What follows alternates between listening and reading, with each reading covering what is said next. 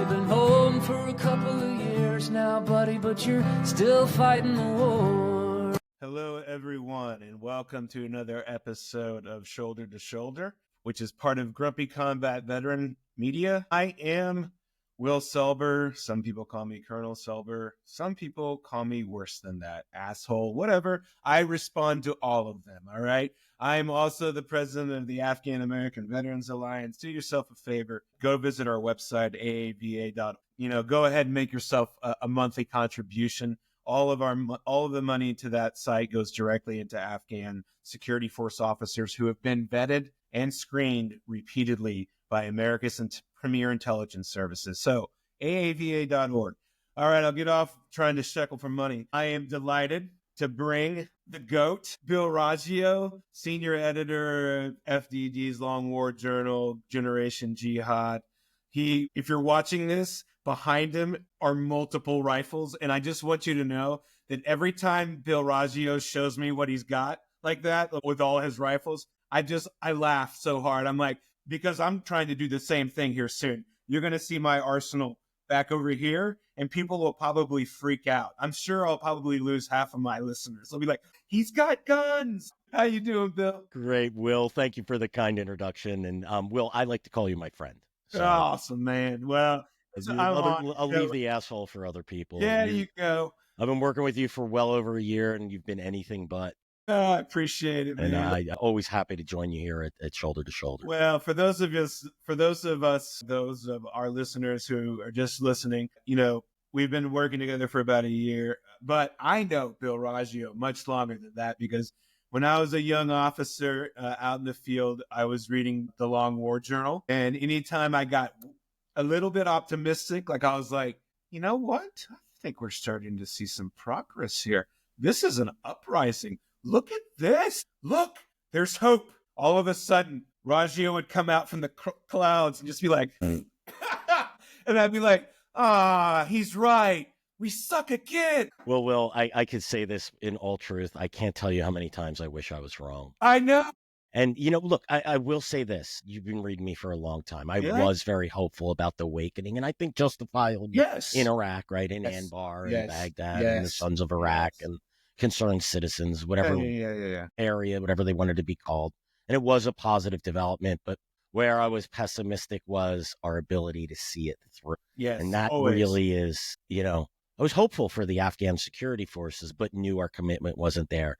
Hopeful for the Iraqis, for the awakening, and even the Iraqi security forces, which I spent not a small portion of my life embedding with and going out on patrol. And don't tell the U.S. military this. Without U.S. military advisors, I guess that it's not like I'm going to embed with them anytime again. So, positive, like I was always positive in the people that we worked with, positive about the soldiers that and Marines and airmen and sailors that I embedded with from both the U.S. and Canada and Iraq and Afghanistan, but pessimistic about our overall commitment. That's where our flaw lied. It was our not our individual will, but our national. Sure. It's always been the issue. I mean, when you go to war and sometimes you go to war and you think you got a lot of willpower, and then you start to realize that whatever the objective that you decided at the beginning maybe wasn't the right one. And then you start changing and you start moving goalposts. And I think out of all the many different things that we did wrong in Afghanistan, I always kind of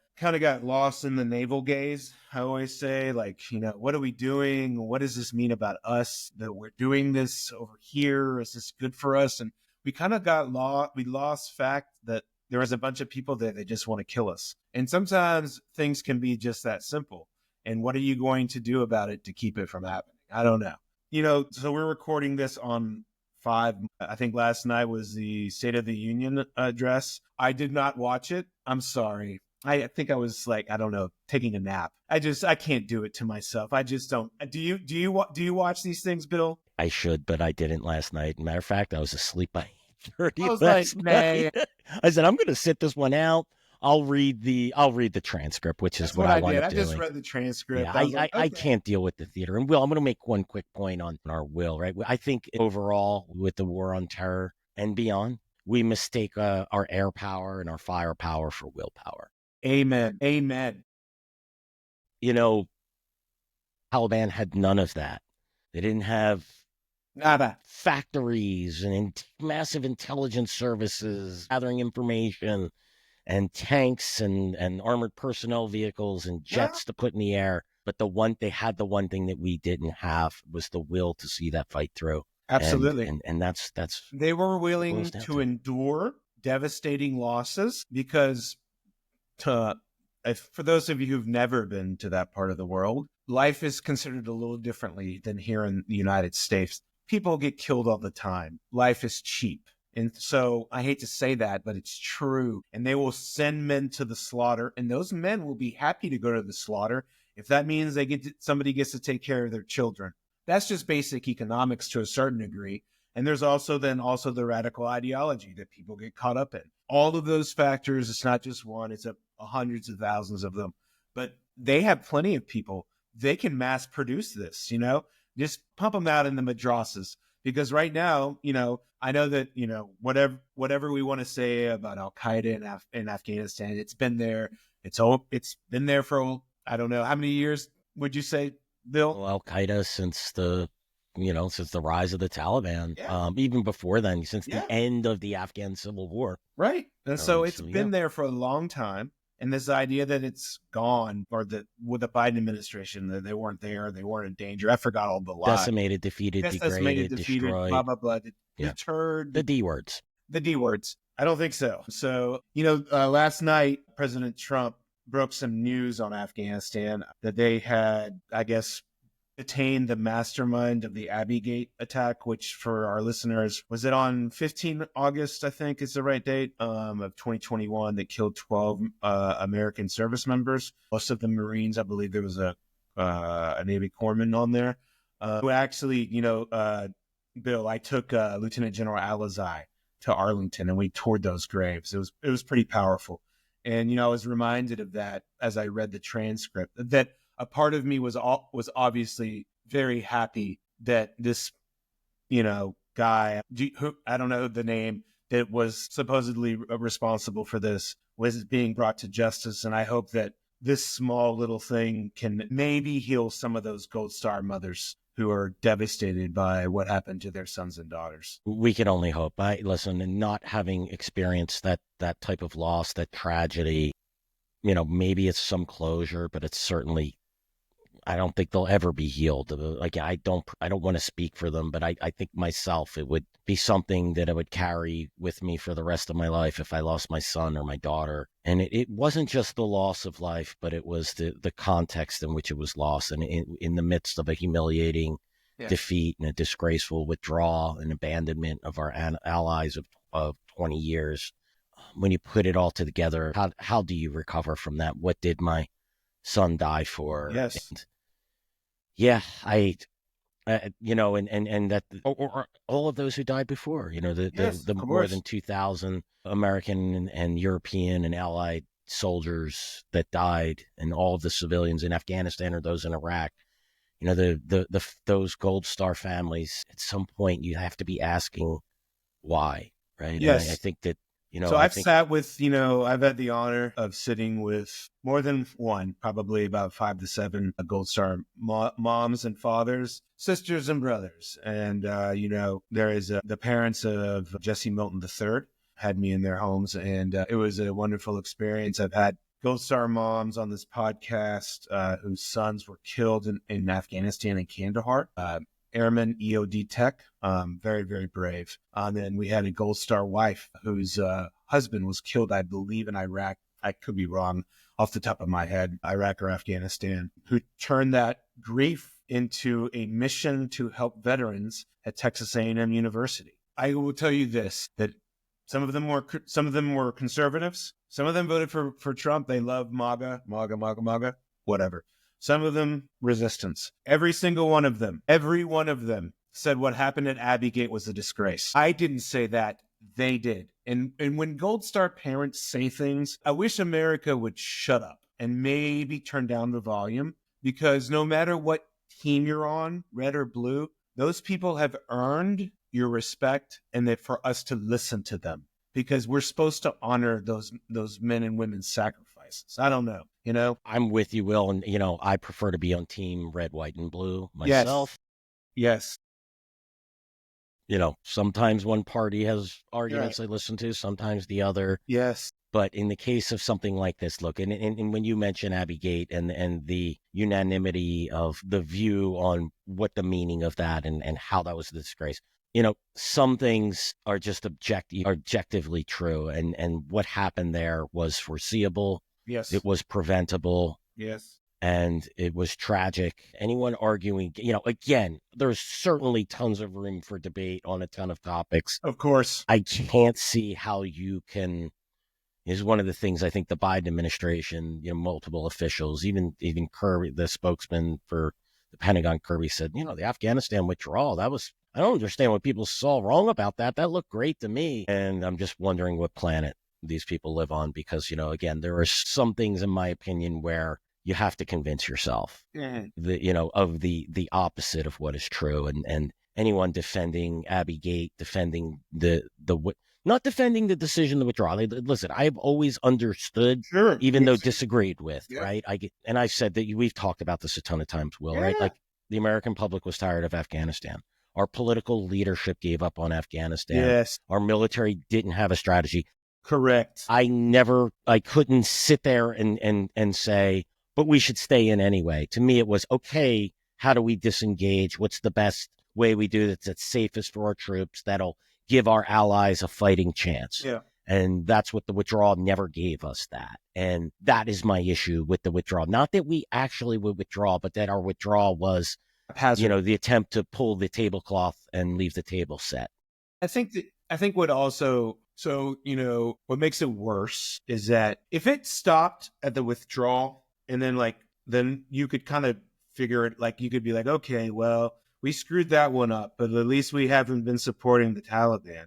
Well, now you add on to that the conduct of the Biden administration after. My left of center friends would never listen to me when I kept on banging on my table, telling them that the Democrats are going to pay a political price for this. Everybody on the Democratic Party, which I voted for, God forgive me, every one of those people, I have a lot of friends that vote for Democrats. I write for the Bulwark. I write for a lot of people. And I would tell them, look, man, what happened on 15 August is going to reverberate until the next election. And what's making it worse, way worse, is that everybody can see that you're shaking hands with their killers. Like, what are you doing with Sarajuddin Haqqani? Why is he walking around the UAE?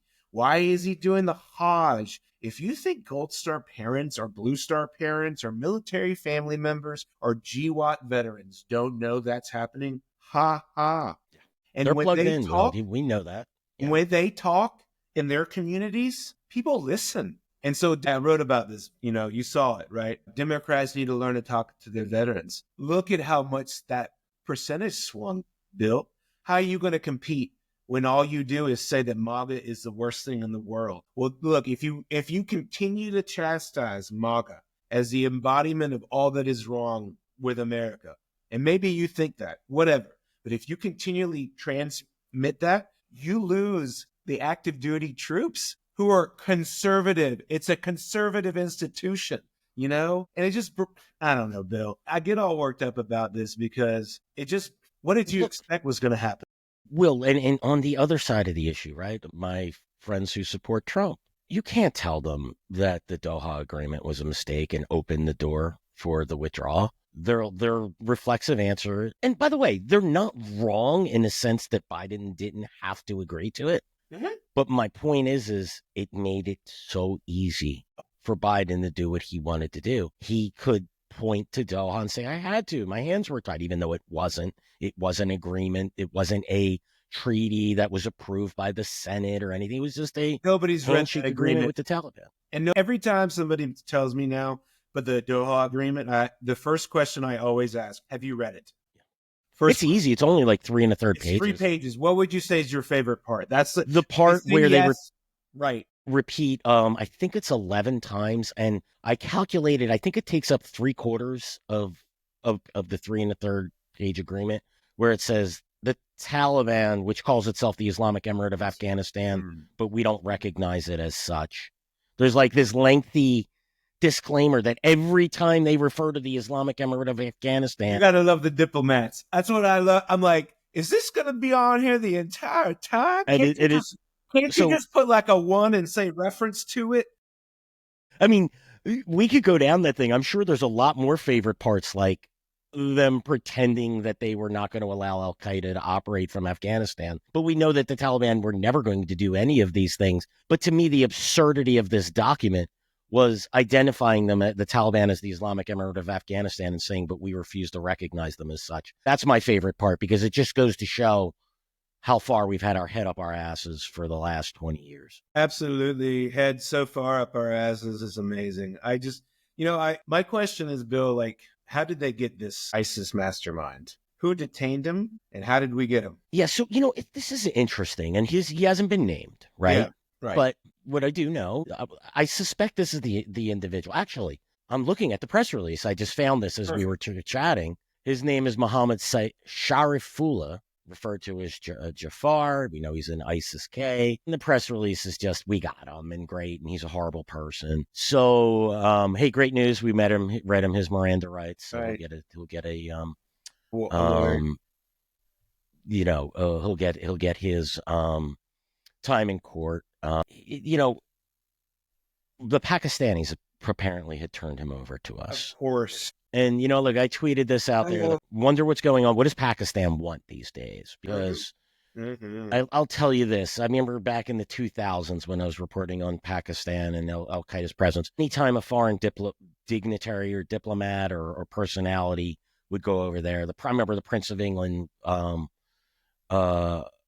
went over, and I joked to some friends, well, I guarantee you we're going to arrest some Al Qaeda leader. And boom, some mid-level Al Qaeda guys arrested and turned over to the U.S. This happened so many times, you could set your clock to it. All you needed to know is who was visiting. And then, the Pakistanis, and I want to say, to be clear about this, I don't begrudge a state for looking after its own interests, right? They should. Yeah. But we shouldn't fool ourselves into thinking, oh, this means maybe the Pakistanis turned the corner.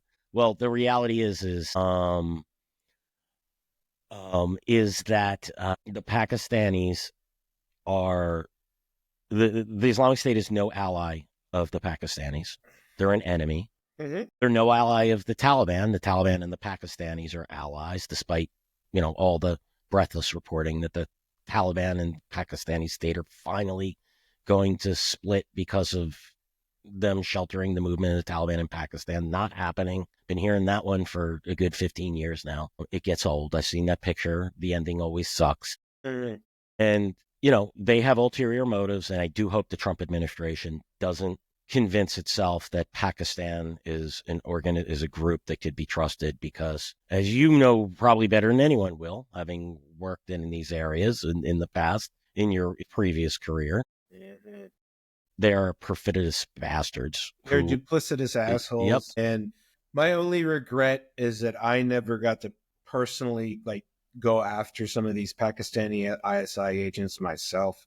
It's one of my great regrets in my career, because those assholes killed my friends. And that's the best way that it's personal for me when I have somebody like that is, Pakistan is not our friend, they're our enemy. They're going to do some things to help us when it's convenient for them. And if we're going in this, wide-eyed, and we understand that we're getting something, we're giving them something, I'm sure, then okay, whatever. If it helps, then I'm for it. But if it continues, and I'm always scared, that we're going to fall for the same old thing, right? Because time is a flat circle. And I feel like we just do the same thing over and over and over again. Here we go again. It's the strategic gullibility, as McMaster says, right? It's just like, Hussein Haqqani, the former ambassador, says often how when it's just, we're going to say really nice things and we're going to speak English, because the Pakistani military, let me tell you something. I've dealt with them in America. I've dealt with it in Afghanistan, and they're smooth operators. Will, they've gone to Western schools. Yes. They've military academies. They drink scotch. They like their aged scotch, and et cetera, et cetera. They like their have to women. be, And they're one of us. And they like Western women. And if you don't Yes. think that's going on when they come to the United States away from their wives and kids. No, well, they're also devout Muslims. Will. Exactly. So don't. I used to. Quick joke. And this is totally true. Man, if I could find it here, I would show it to you. Like, it's probably in here. The Pakistani embassy in the U.S. used to send me a bottle of scotch every year for Christmas, up until 2012, when because they were trying to, like, well, for them, it's a Muslim country. And then I'm like, is it poison? And then I'm like, is there a listening device in the cork? I would have my friend over. I'm like, hey, dude, you want to die drinking Pakistani supplied scotch? Come on, let's finish this bottle. And then it stopped after I just kept hammering home how duplicitous, as you said, the perfect word the Pakistanis were. And they just all of a sudden couldn't work with me. And you mentioned Hussein Haqqani, who used to be Pakistan's ambassador to the U.S., one of the few Pakistanis who I would go to war with, he could stand in my foxhole any day of the week. Yeah, this man, he had to leave the country because of his honesty and willingness. He knew how bad the jihadists were, and he knew how bad, and they forced him out of the country. And he's as patriotic a Pakistani as you can get, and he could never return to his homeland. Of course. It's personal. Like, I try not to make things personal in our business. Of course. And like, this isn't let me admit, I have a lot of Pakistani friends. They're great people. This is not against the Pakistani people. It is against their government. Yes. And their military, which is their government. Specifically their military, their intelligence services. And for me, specifically their intelligence services, as a former retired foreign intelligence officer, I would just tell you, I have dealt with their Pakistani military counterparts. I used to meet with them all the time, and it was my least favorite meeting to go to because I just knew everything they told me was full of shit. And I did a talk at the Marshall Center in Europe, in Germany, and let me say it was like 2018 or 9. It was right before COVID. I want to say it was 17, 18, that time frame. And there's, in the class, they asked me my opinion on, tell me what I think is going to happen in Afghanistan and the state of the jihad there in the future. And, when I got into, there's military officers from all over the world, including about 6 or 7 Pakistanis in there. And when I started, and I told the people at the I never got invited back, by the way, which is usually what happens to me. Because I told them, I said, listen, I said to them, listen, if I know there's going to be Pakistani military people, I cannot parse my words. I won't hold back on this. If you don't want to hear that, if you don't want them to get upset about this, you should just not invite me, right? I'm really good at making friends, Will. Me too. And I did it, and then they started we're fighting and I said, okay, name me one Haqqani leader. Name me one leader from the Mullah Nazir group. Name me. Just name one. I just want one that you guys have killed, captured, or turned over to the Americans. Just one, or to the Afghans. If you can do that, I will stop right here. And the room went silent, and they were furious. And I'm pretty sure there were some complaints about it afterwards. And you know what, Will? I could give a fuck less. Let me tell you what those sons of bitches did. So this is a true story. When I was at Air Command and Staff College in 2016, so that's under Air University Command, under Air Education and Training Command. And I will walk it all the way up. I was in class in the front row, and then we had a lecture series, whatever. And whoever was running Air Command and Staff College at that time, probably under the orders of the Air University commander, allowed Pakistani military officers to provide a brief to American military officers, which said basically that we were funding Osama bin Laden.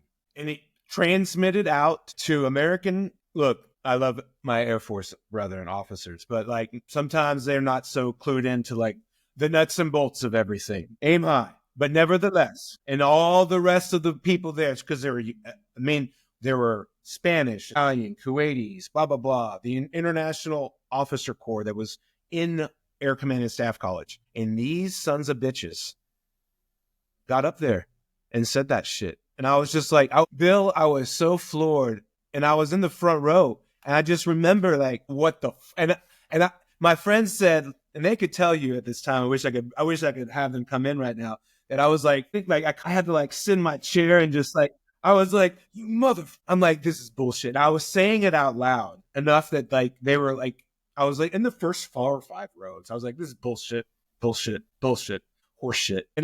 But this happens.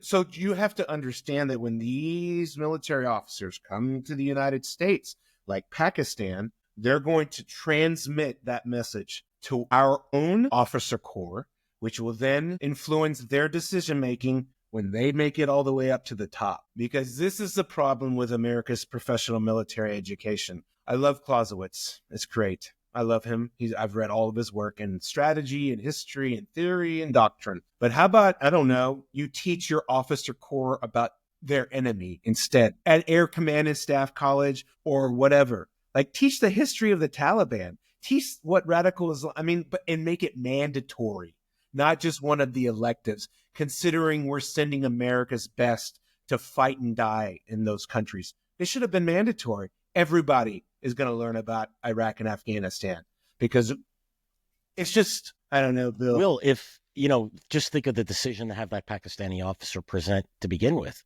He's presented as an ally, but really Pakistan should be presented as a hostile nation. I'd have no problem with him standing up there presenting if it was prefaced with, and this is the view of our enemy, Pakistan. Right. Yeah. Right. I mean, that's the whole thing. We've talked about this numerous times, Will. When I say we, it's collective United States, intelligence, military. We don't know our enemies. We don't even know who our enemies are. We have no idea. I mean, look, Secretary of Defense Hegseth is making, a lot of decisions, and he's fired. They've asked a lot of people to resign.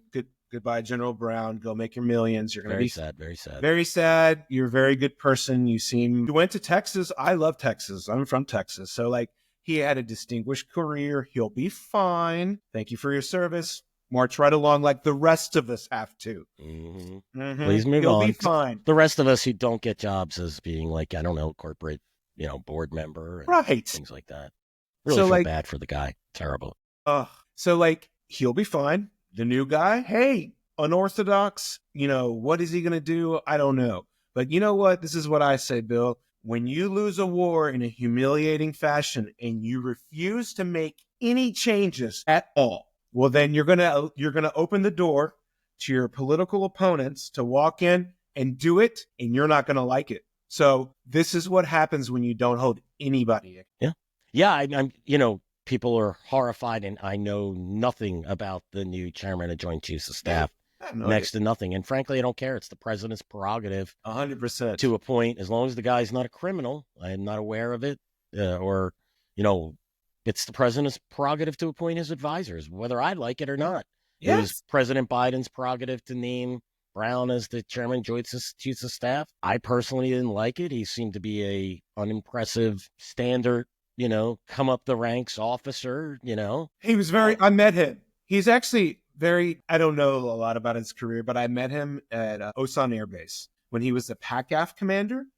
And I'll tell you, I've sat with a lot of 4-stars, and usually this guy, grumpy, and I'm just like, oh God, just make it stop. Shut up. What is this bullshit platitudes you're telling me that won't help me? But for him, I tell you what, I'll give him his due. I don't know anything about his career.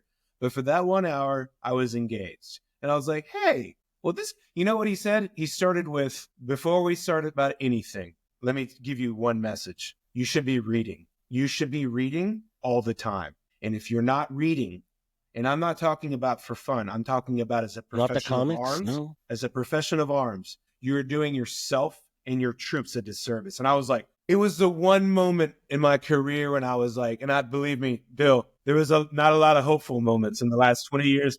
So I held on to everything, and I carried it with me through the years to make it through. I was like, oh, that was insightful and true. This was worth my time, because most of the time I had to do stuff like that. Sir, they're requesting your attendance because whatever, the 55 billion 4-stars that we have, right?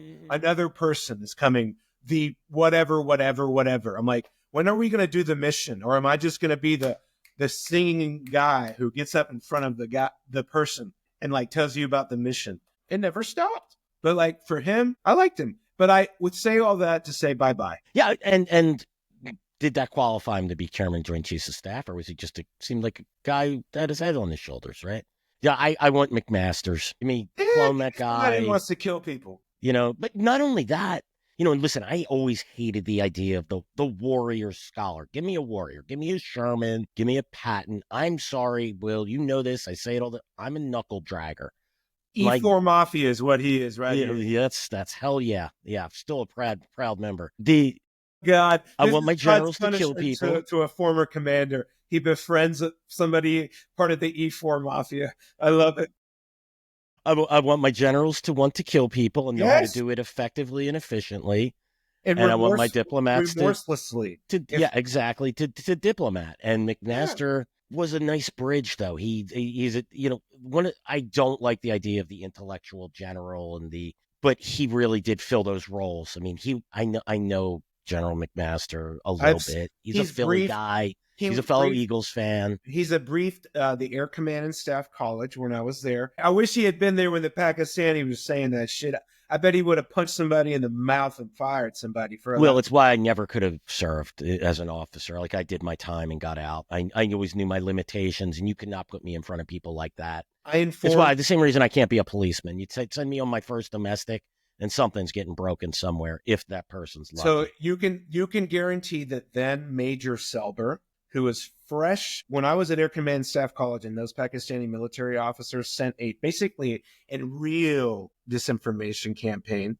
A real one. I immediately went to the squadron commander. I did. And I was like, hey, hi, sir. What those guys just did was basically an influence operation successfully to hundreds of future 4-star generals, or 3, 2, 1. These are the ones you're going to promote. You just gave them a huge influence op. And you know what he told me? Major, this is way above your pay grade. And I was like, I just want you to know that when things like that happen, and it happened all the time in my career, I just look and I go, when we lose and we lose and we lose, and you refuse to listen to somebody who obviously, at that point, the guy knew me. I knew that I spoke Pashto, knew that I spoke Sundari, and that he wouldn't listen to me and then take it up the flagpole. Boom. This is why I don't have a problem with Pete Hegseth on certain things. I don't like the way he's done certain things, but if he wants to clean house, good. We lost 2 wars. Yeah, maybe it's a house that needs clean. We lost the war on terrorism. I mean, I'm sorry, but unless we're going to start it back up again, I just don't know how else to say it. And for all my listeners who didn't vote for Trump, look at ourselves in the mirror. The first thing to do after you lose, believe me, I've lost a few things in my life, a couple of wars. Instead of blaming the people, blame yourself and look at what you did wrong. Because unlike the war, you get another chance at the election in 2 years. And maybe you can make some little bit of changes here and there, because I'm sure President Trump will make mistakes, and then you can sell yourself better next time. But it's a bad look if you blame the voters for them not liking you. Well, if I may offer a piece of advice yes. to both you and to all to your listeners who serve, yes. You did not lose the war. Right. Our leadership, those who we elected, lost this war. You fought in a losing cause. I think way too many of our veterans and those who served and will continue to serve, they internalize these losses on themselves. And I know you do it, Will, all the time. Yeah, I do. And I would just say, if it was President Selber, I suspect, or Secretary of Defense Selber, I suspect we may have had a different outcome in Afghanistan. It would have, for sure. So please, but I appreciate that. Your free and unsolicited therapy advice. I love it. I'm just going to sit on my bed, Bill. Just I never thought that I'd get our relationship, and you're now just offering me therapy sessions live on tape. I love it. It's really hard, though. Yeah. It's hard, Will. I've had these thoughts myself. I'm like, what did I do with my career? Why have I done this? Right. Why did I take the time to detail X, Y, and Z? And, what did I do to not help win this war? And the answer is, it's not my fault. It's not your fault. We did what we can to help people, either to lead them to make the right decisions or execute for their decisions. And they chose the wrong decisions. And ultimately, we can't be responsible for that. No, you're right. Far less so with me than with you. You've lost friends. So for anybody who listens, when I say that we lost the war, and I say that the military... you say I. Yeah. And I need to look at what I did to lose this war. Right. You can't do that. You just... Yeah.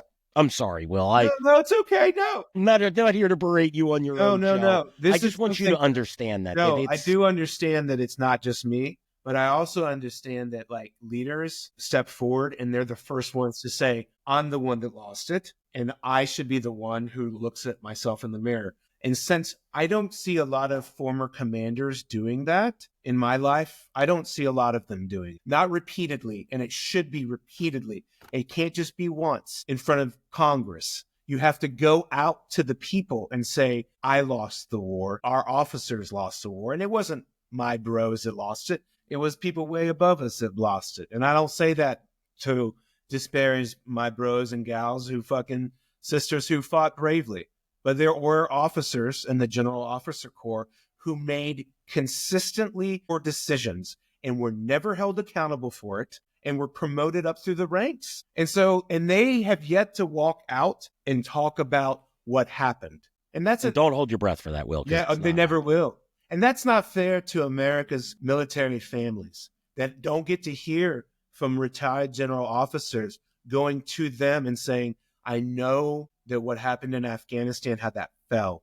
And I know that your husbands, your daughters are grieving it. What can I do to make it better? Because that's what real leadership is, Bill. And I'm sure there's some generals who are doing it, but there's not enough of them, Bill. It's not public. Yeah. No, I understand where you're coming from, Will. I'll let that lie. Just, ultimately you can't carry the guilt. You could carry some of the responsibility, but it's ultimately we were always handcuffed. Yes, we were. Rules of engagement, decisions, political decisions, and all of those decisions were made so far above Major Selber and Colonel Selber that you just could never have changed that. But yes, I mean, if I was in your position, I would be talking to those who I served with and saying, yes, I was part of the problem and I own my part in this failure. But I would just say, you can't. Yes.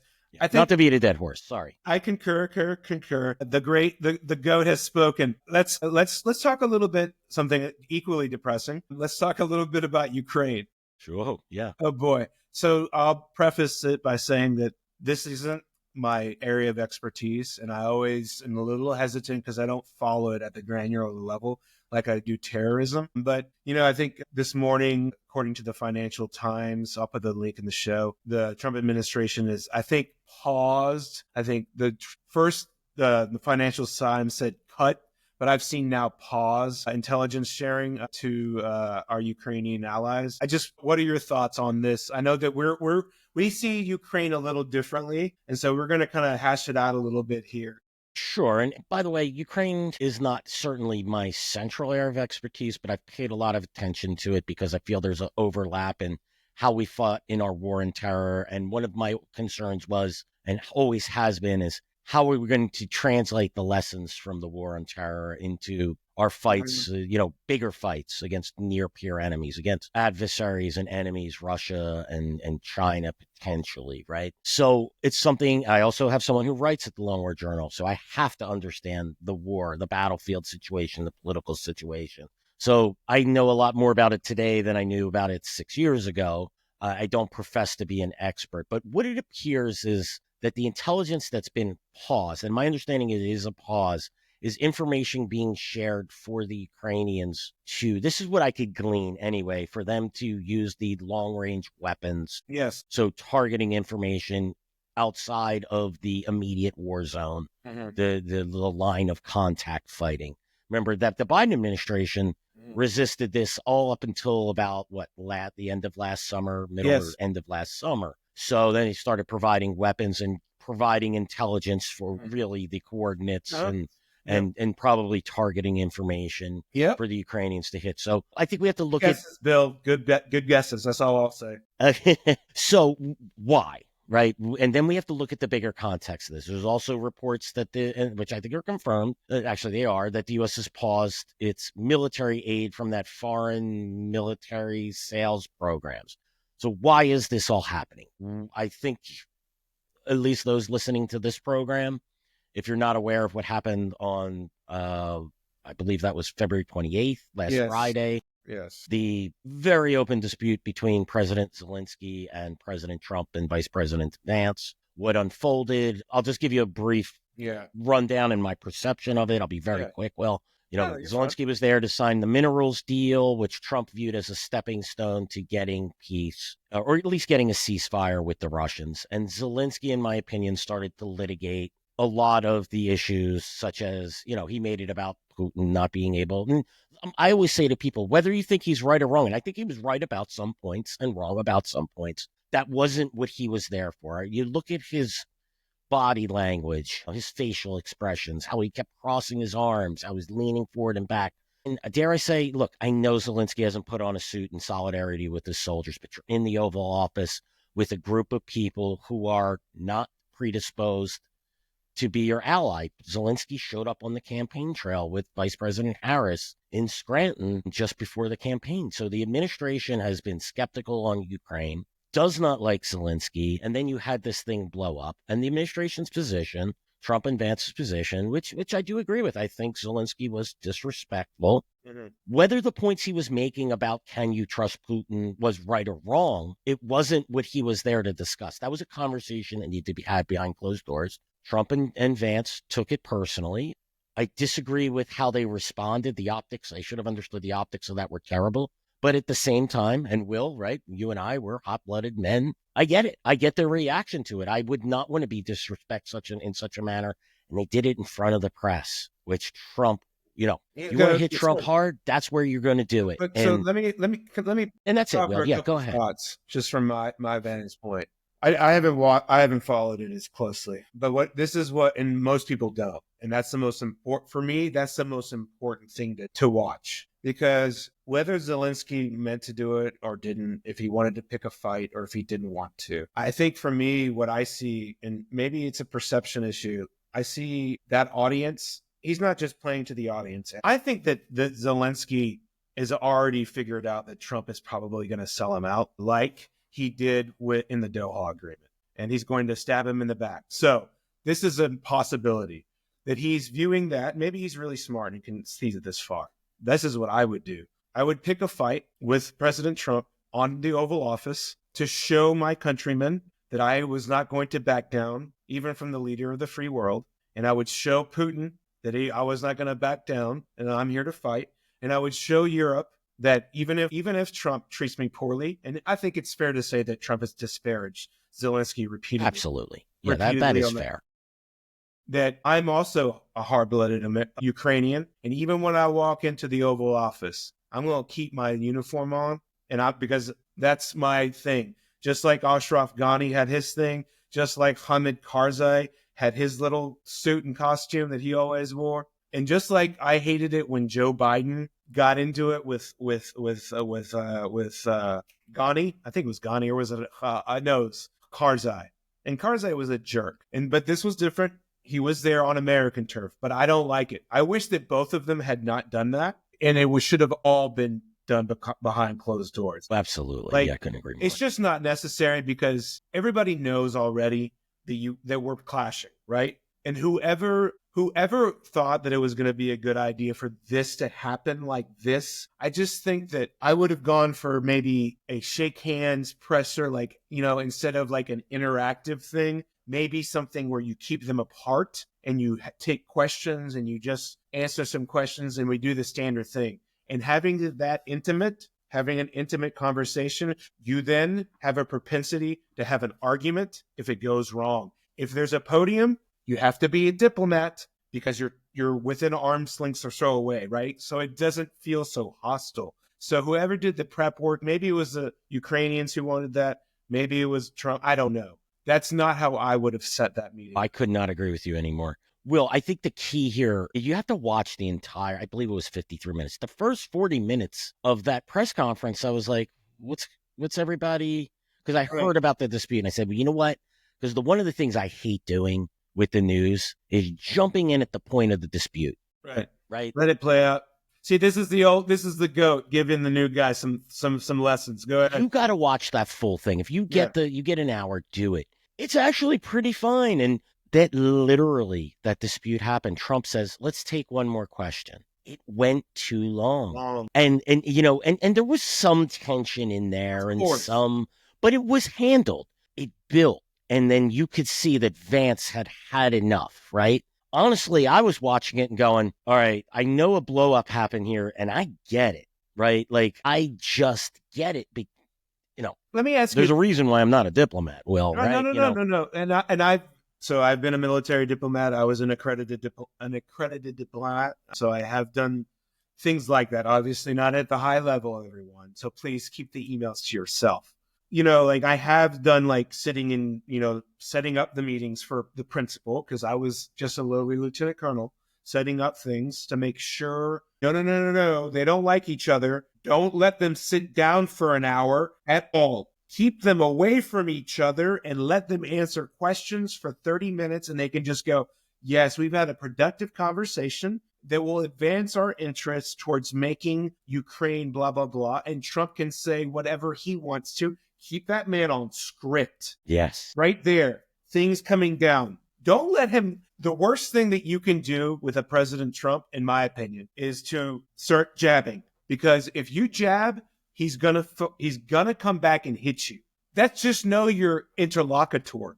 That's just common sense. This man. If I was Zelensky, this is just from an old spook, retired spy. I would just butter him up the entire time. You are the most incredible president I've ever seen. In fact, the last guy, he sucked really. And I'm so much happier that I'm with you. That's a better play, and I can see the criticism on that. But Zelensky's not that good. He's not that nimble. That would take a really nimble person. And add on top of this, Will, is he's not speaking in his native language. Sure, absolutely. Of course. You had the perfect look. All he had to say is Ukraine can fight. He doesn't even have to butter up Trump. Ukraine finally is going to get the support it needs. That's not, that's just, I'm no diplomat, but you come up with that line, Trump would have been like, yeah. I mean, the irony is, and look, I had this argument or discussion, however you want to put it. It's not an argument to me. It's just talking, right? And Zelensky has nothing to apologize for. Zelensky was in the right. And I'm looking at saying, yeah, maybe he was.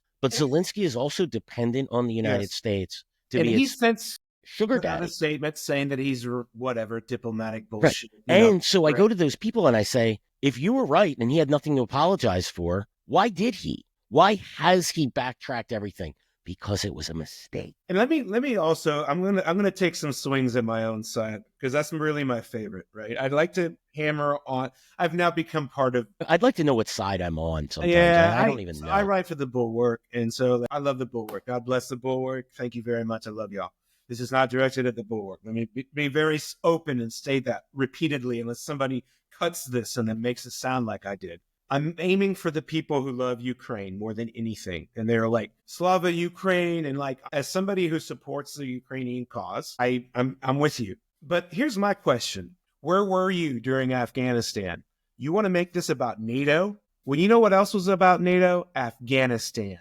Do you know what Biden did? He made that decision unilaterally to leave. They were furious. They were pissed off at him for retreating like that. It was a huge thing for the European governments to deal with that blowback, because there's a lot of Afghans, more Afghans in Europe than there are per capita than there are in America. So they had to withstand that blow. And like, they were furious at the Biden administration and at the United States military for not coordinating that properly. And rightfully so. Where were you? I love NATO. Who loves NATO? Bill Selber. I love NATO. I went outside the wire with like the British, Australians, the French. Love them all. Some of them are a little weird. Hey, whatever. If you go up to Northwest Kandahar with the Swedes and all the Slavic people, that was a different living. But nevertheless, I love NATO. But it just seemed also so convenient to abandon NATO and then all those people of color that you profess to love to a gender apartheid regime. So when you think about why your argument that Slava Ukraine isn't landing how it could, maybe instead of yelling more at the people at how dumb they are for not supporting Ukraine, you can look at yourself in the mirror and go, well, maybe I haven't been so consistent on this argument myself. Just some thoughts. Yeah, what do I know? I'll just say I like NATO. I can't love them because I don't think they live up to. Look, if Russia was such an existential threat to Ukraine or to Europe, right, to NATO countries, why are they buying more money than they donated to Ukraine in Russian supplies, right? Look, I know this was a Trump talking point from the other night, It's true, right? Why aren't they doing more? Why aren't they arming up? Why aren't they ramping up their production? Hollow words ring hollow to those who are paying attention. And you look at here in the United States, and I say this saying I don't want Russia to win this war. I support Ukraine. But maybe people here in the United States are tired of us losing wars, watched our incompetence, Yes. and then said, That- do we really want to get into a situation that could risk World War III with these guys in charge? That's with very valid. That's very valid. There's a lot of things to think of here. Like, this is why I say, I said at the very beginning, I follow Ukraine because what we did and how we lost wars matter going forward and dealing with more complicated wars. One of the things that I think Bill said, I forgot what we were talking about. I don't know, many episodes ago, and you said that like I would be in favor of doing something, but not with not with the generals that we have right now. And you know what? That was absolutely right. And so if you think this just happens in Afghanistan or Iraq, I would point to you the Gaza Pier fiasco, right?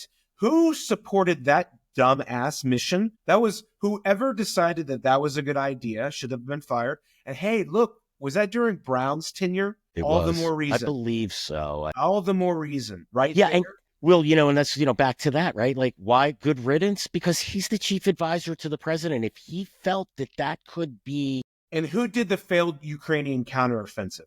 Who was in charge of that? I believe, was Milley. So, again, another one that everybody... It drives me absolutely insane, Bill. The idol worship that goes on with General Milley at some parts of the political hemisphere, because that man is not this whatever. You may like him for what he did for January 6th. Great, wonderful. God bless you. I agree to somewhat. But I'm talking about his conduct in Afghanistan, and I'm talking about his inability to ever take responsibility for it. And so, like, he also was in charge of the failed Ukrainian counteroffensive, I believe. Yeah. So his last day in office was September 30th, 2023. Counteroffensive began in late May. Yeah. So there you go.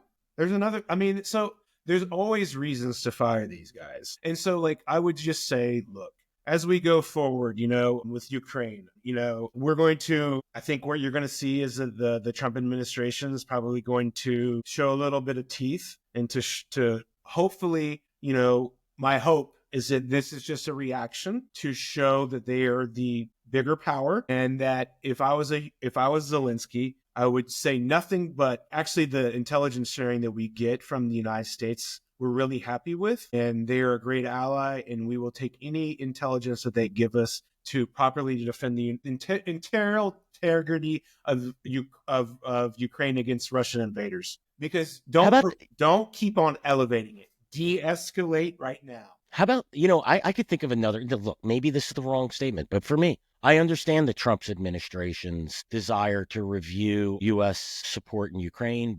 We're here to help you in your decision making. Yeah. Something like that, right? Maybe that's not the perfect words, but sure. How about you say, okay, we recognize we're not perfect. Now, I'm going to say this, Will, about, I know you haven't asked about it, but I'm going to volunteer it. I track daily the Russian offensive. They're gobbling up Ukraine. How do you eat a cow one bite at a time? That's what the Russians' strategy is. It's a battle of attrition. It's a slow takeover. You mentioned the failed counteroffensive. The Ukraine is never going to get more support, military support, than it did at that point in time. Yes. The Biden administration and Europe claimed to be all in. That's the most they were going to get. It's not going to get more than that from the Trump administration that's looking to save money and also seeks to end the war. If Zelensky and Ukraine don't like what a ceasefire and perhaps a peace agreement looks like with the territorial integrity of Ukraine, what that will look like today, wait till tomorrow. It's not going to look better. Wait till next week. It's going to look a little worse. Wait till next month. It's going to look worse than that. And wait another year. And you're going to be shaking your head saying, I should have taken that deal a year ago. Yes, we can't trust. Let me respond. Here's my point of disagreement on that. I look at it from the prism of at least Ghani didn't sign the Doha. I just don't agree. I don't think any ceasefire is worth what any, unless Trump is going to actually deter and actually keep the Russians from advancing. Because who knows what he would have done with the Doha agreement. Maybe he would have at the end. He wasn't during it. If he actually enforces whatever ceasefire, then okay. But I don't know that yet. And I would just say his track record for upholding agreements isn't exactly confidence inspiring. Will, I can't argue against that Yeah. whatsoever. But what is the alternative to keep fighting? Yeah. That's the dilemma here. At least with Doha, we U.S. and Afghan government could have operated from a position of strength. The U.S. could have was engaged, could double down, and it wasn't going to potentially spark World War III or break our bank. Very different situation in Ukraine. It's far more complex. And, unfortunately, and I know President Trump said this, Zelensky isn't holding the cards here. He has to try this. Maybe they have to try it and see that it'll fail. It might be time for him to go. Listen, I said this to a group of people and was attacked. Of course, you get you're a Putin supporter, you're pro-Russia. Sure, not at all. Maybe, at some point. Now, look, I think oh, go ahead, Will. Yeah. No, go ahead. Sorry, man. I think his walk back that he gave yesterday is a good step that might allow him. But is he the only person in Ukraine that could lead that country? Do they not have a succession plan if, let's say, he tripped down the stairs or was killed in a Russian missile attack? There has to be someone else. If he's not willing to try to work with what Trump is, do I think it'll work? Probably not. But I'm not the one calling the shots. Like we have to deal in the realm of the possible and reality and not what I want. What Zelensky wants, which is complete victory, ejecting Ukraine or Russia from Ukraine, it's not happening. We know that. How do we know? Because that offensive failed in 2023. And if we were really serious about it, and I will add this and then we can wrap it up, I would just say that, if we were serious, really serious, the thing with Biden about many things with Ukraine was that his rhetoric didn't meet reality. Yes. He said that we were going to win. He talked about freedom and overthrowing Putin and all this stuff. And then you were slow with the guns. And so I think everybody can agree that the Russian invasion was very poorly designed, and it showed all the flaws of the Russian military. It exposed them, right? And if you were really going to do something about it, and if you were afraid of the nukes, not afraid of the nukes, whatever, then those were the moments to really give them stuff that you wanted to give them F-16s 2 years later or whatever. You give them to it now. Maybe when they're really exposed, you can push them back and cut and then get something. Those glory days were gone, and Biden hesitated, and everybody says he hesitated. And then Russia just does what Russia does, baby. They just opened up the jail cells, got some people from all over the world, threw them into the meat grinder, got their bearing about them, and just said, oh, okay, we've done this before. Lean. Just keep on leaning, keep on leaning, keep on leaning, keep on leaning. Just like they did the Napoleon. I mean, I could go down the list. No, right. They're historically slow starters in wars. They historically make egregious errors too. I mean, we have too, but they do. And so look, man, I mean, go read War and Peace. I don't know. That's a great book. And you would learn about Russia if you just read that. They'll just take some losses. It's just oh, how many? 40,000. Whatever. Yeah. How about 20 million? World War II.